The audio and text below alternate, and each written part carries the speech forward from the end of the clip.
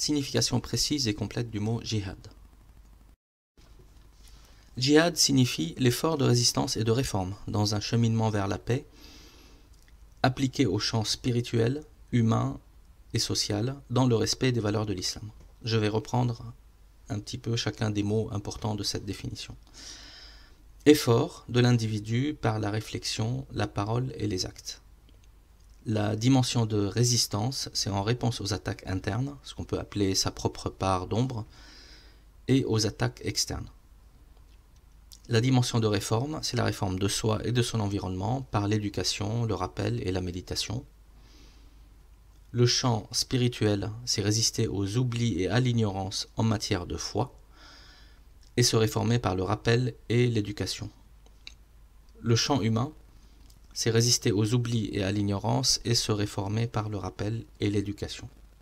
Le champ social, c'est résister face à l'injustice, la pauvreté, le racisme, la corruption, tous les maux sociétaux, et réformer par l'éducation.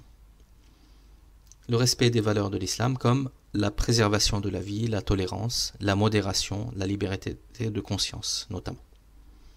D'une façon résumée, jihad est donc un processus basé sur l'effort et qui mène à la paix.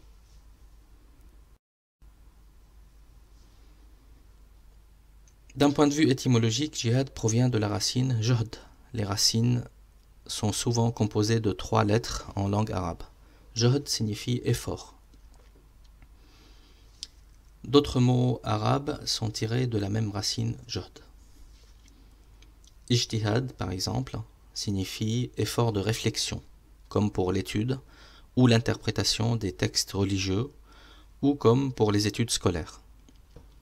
Mujtahid, c'est celui qui fournit ce type d'effort. Ijtahid, qui signifie fait des efforts. Mention qu'on trouve souvent en marge des bulletins scolaires quand un effort est demandé à l'élève en langue arabe. Ajhada, qui signifie il a épuisé. Il a épuisé sa personne, par exemple, ou quelqu'un d'autre, ou quelque chose, par trop d'efforts ou de sollicitations.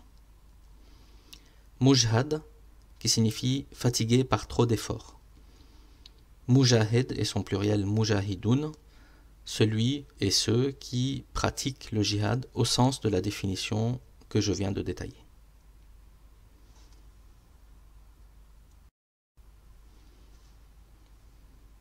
Alors à la question d'où vient la mauvaise traduction de jihad en guerre ou guerre sainte, cela ne provient certainement pas d'un manque de vocabulaire en arabe, puisque les mots combat et guerre existent dans le Coran, respectivement qital et harb. Ce sont simplement des notions différentes de celles de jihad. En réalité, la mauvaise traduction, cela provient d'un parallèle qui a été fait entre jihad et les croisades. Ce parallèle est l'œuvre malheureuse de certains orientalistes.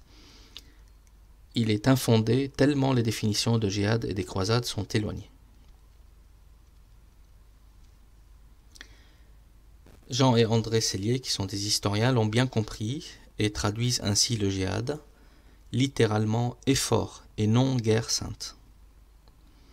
Maurice Bucaille, dans son livre La Bible, le Coran et la science, cite un document publié par le secrétariat du Vatican sous le titre « Orientation pour un dialogue entre chrétiens et musulmans », et ce document affirme « Le djihad n'est aucunement le kérem biblique. Il ne tend pas à l'extermination, mais à étendre à de nouvelles contrées les droits de Dieu et des hommes. »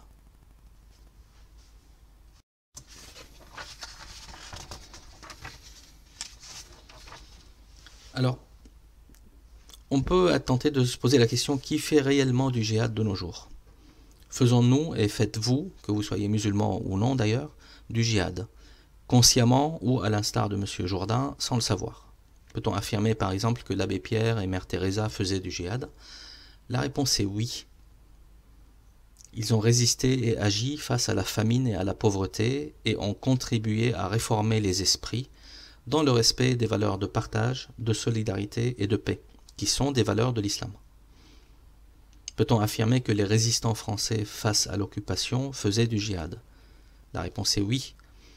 ils ont résisté face à l'agression et à l'occupation et contribué à réformer le pays pour le rendre moins vulnérable et dissuader de futurs agresseurs, pour avoir la paix, dans le respect des valeurs de liberté, de justice, de dignité des hommes, de propriété et de préservation des vies humaines, qui sont des valeurs de l'islam. Peut-on également affirmer que les personnes qui se battent face à une maladie font du djihad? La réponse est oui.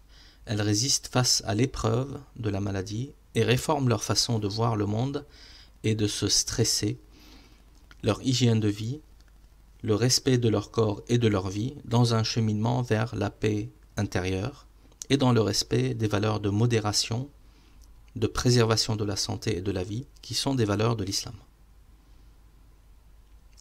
D'une certaine manière, à chaque fois que nous nous indignons et que nous faisons un effort de résistance face à une réalité injuste, la pauvreté, l'injustice, la corruption par exemple, ou face à une épreuve difficile, ce qui se produit souvent dans la vie, et de réformes personnelles ou sociales pour cheminer vers une paix intérieure et une harmonie entre les hommes, en agissant dans le respect de valeurs nobles, celles que l'islam partage d'ailleurs avec le christianisme et certains courants humanistes, c'est bien du djihad. C'est tout simplement le véritable sens du djihad, très éloigné de la définition guerrière erronée, car d'une part incomplète et d'autre part imprécise quant au champ et limites des cas de recours à la violence. Alors pour retrouver ces éléments et plus encore, visitez notre site à l'adresse qui est inscrite à l'écran, à la rubrique Islam et Djihad. Vous pouvez me contacter via ce site dans l'onglet Contact pour toute question ou suggestion. Dans les prochaines vidéos, j'aborderai les thématiques suivantes. Quelles sont les 3 catégories de djihad et le top 10 des malentendus terminologiques concernant l'islam. Et pour être informé de la disponibilité de ces prochaines vidéos, vous pouvez vous abonner à la chaîne et si le contenu vous a plu, diffusez ces vidéos auprès des gens que vous aimez.